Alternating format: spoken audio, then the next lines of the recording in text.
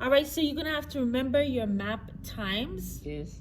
So, and so you can, if you got to be steady with drawing, if you practice holding your head steady, your hands steady, you might be able to draw it too. So this is from now until that test day, you're gonna have to practice. So when's my first box? The scenario says when. He went to the doctor November 5th.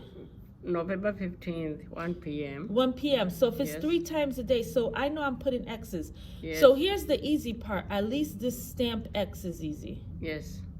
You see, when you click something else, all those extra lines go away. Yes. So maybe you just have to click stamp and get rid of those extra lines. So stamp, stamp, Or you draw a line. or you draw a line. Yes. So you could stamp or draw a line.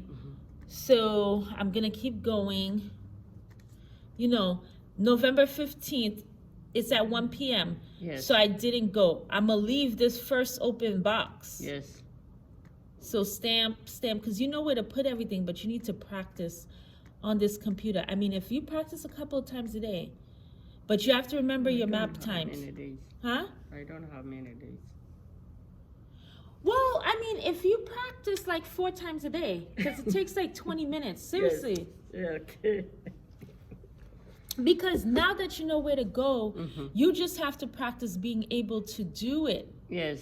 Like, is it easier for you to draw? Yes.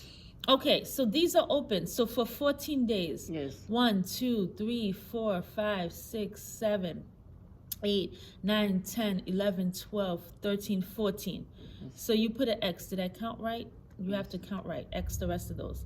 Yes. For 14 days. 1, 2, 3, 4, 5, 6, 7, 8, 9, 10, 11,